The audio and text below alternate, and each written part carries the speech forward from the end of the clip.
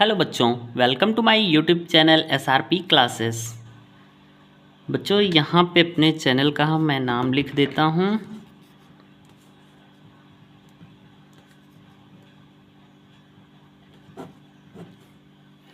Okay बच्चों, आज है क्लास का दूसरा दिन, डे 2, वीडियो नंबर दूसरी है। डेट है आज की 16 जुलाई 2025। बेसिक बायोलॉजी की टॉपिक हमारी चल रही थी।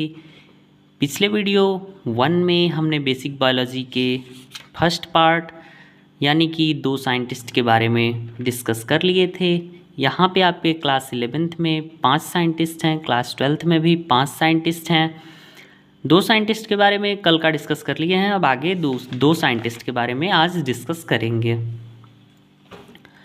क्लास की टाइमिंग थोड़ी सी इंक्रीज़ भी होगी बच्चों। अभी बायोलॉजी बेसिक का है तो इसमें हम सोचते हैं कि बहुत इंक्रीज़ करना बेटर नहीं रहेगा।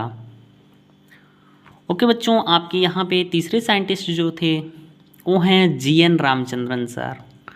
जीएन रामचंद्रन सर, इनकी पहली चीज़ यहाँ पे पढ़ने वाली है outstanding figure in the field of protein structure. Outstanding कहने का मतलब कि सबसे हट के इनका प्रोटीन के स्ट्रक्चर पे फिगर, प्रोटीन के स्ट्रक्चर के फील्ड में फिगर था। फाउंडर थे बच्चों ये मद्रास स्कूल के फाउंडर थे। Madras school of conformational analysis of biopolymers में पॉलीमर्स के ये फाउंडर थे। उसके बाद बच्चों ये डिस्कवर किए थे, ये इम्पॉर्टेंट है, नीट में आ सकता है, एक आध बार आया भी है बच्चों। ये डिस्कवर किए थे triple helical structure of protein. ये जो स्ट्रक्चर था ये सॉरी बच्चों, प्रोटीन तो नहीं कह सकते, प्रोटीन में सब चीज़ें आ जाएंगी। Triple helical structure of collagen, इसको इन्होंने पब्लिश किया था नेचर में। जो नेचर में कोलाजन पाए जाते हैं उसके स्ट्रक्चर को, ट्रिपल हेलिकल स्ट्रक्चर को पब्लिश किया था 1954 में। उसके बाद बच्चों यहाँ पे इन्होंने पब्लिश किया था अपने प्लॉट को। प्लॉट का काम क्या था बच्चों? Confirmation of protein. जो भी प्रोटीन मिलते थे उसको कंफर्म करने के लिए प्लॉट की मदद ली जाती थी। उस प्लॉट का नाम पड़ा बच्चों रामचंद्रन प्लॉट। बच्चों यहाँ पे सर के नाम पे ही प्लॉट का नाम रख दिया गया रामचंद्रन प्लॉट।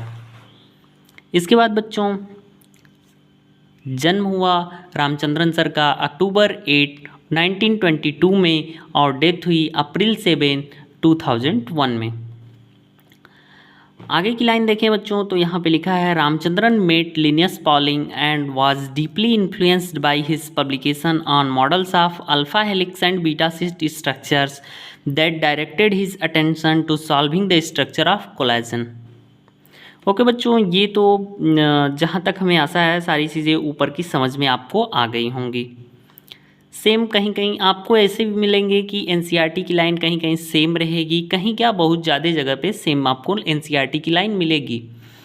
और एनसीईआरटी की लाइन से डिफरेंट हमको जहाँ तक लगता है कि क्वेश्चंस आते नहीं हैं। हाँ, थोड़े से वर्ड में चेंज भले ही कर दिए जाते हैं लेकिन एनसीईआरटी के लाइन से ही क्वेश्चन बन के आते हैं। ओके बच्चों, अब यहाँ पे आपके नेक्स्ट साइंटिस्ट हैं मेल्विन कैल्विन सर। एक मिनट बच्चों, मेल्विन कैल्विन सर का जन्म अप्रैल 1911 में हुआ मिनेसोटा में। अब इसको बहुत लोग कुछ और भी पढ़ सकते हैं, मिनेसोटा, माइनेसोटा, आप अपने हिसाब से देख लीजिएगा। पहला इनका जो डिस्क्रिप्शन है इसमें है served as a professor of chemistry at the university of California Berkeley. Professor के पद पे काम किए थे, केमिस्ट्री के प्रोफेसर के पद पे काम किए थे यूनिवर्सिटी में कैलिफोर्निया के। उसके बाद यहाँ पे दूसरी चीज़ है बच्चों, just after world war second, जो दूसरा वर्ल्ड वार हुआ उसके बाद, when the world was under shock after the Hiroshima Nagasaki bombings, मतलब कि इस वर्ल्ड वार सेकेंड के बाद जो देश को झटका लगा, वर्ल्ड को झटका लगा, पूरे विश्व को, उसमें जो ये फेमस था हिरोशिमा नागासाकी बॉम्बिंग्स, इसमें क्या हुआ था, and seeing the ill effect of radioactivity, radioactivity का जो इल इफेक्ट था, बुरा प्रभाव था बच्चों, उसमें केल्विन एंड इनके कोवर्कर ने मिलके बेनिफिशियल यूज निकाला था रेडियो एक्टिविटी का। ओके बच्चों, आफ्टर दैट यहाँ पे he along with J Bassham studied reactions in green plants forming sugar and other substance from raw material like carbon dioxide, water, mineral by labelling the CO2 with carbon 14। Carbon 14 के साथ label करके इन्होंने study किया था reaction को, green plant sugar कैसे बनाता है और इस चीज़ को कैसे निकाला था अदर सब्सटेंसेस के मदद से। एक मिनट बच्चों, एक बार और क्लियर करने दें।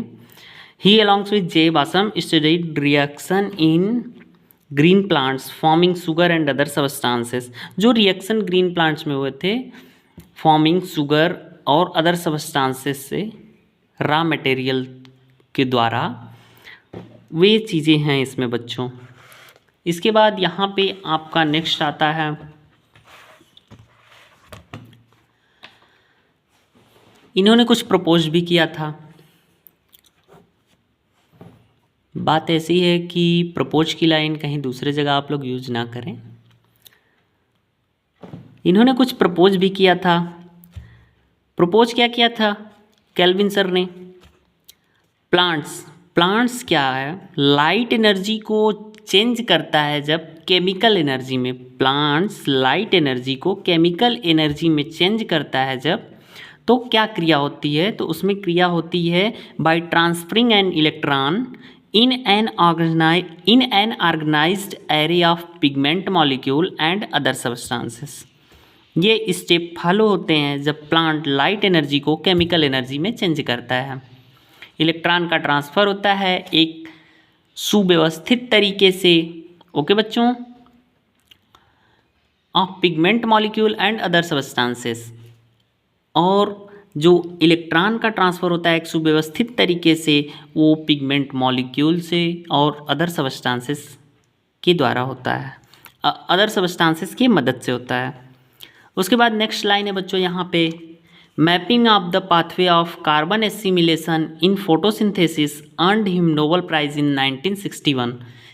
ये लाइन सबसे बच्चों आसान है, इसमें कुछ नहीं है, ये नोबेल प्राइज़ पाए यही बस है।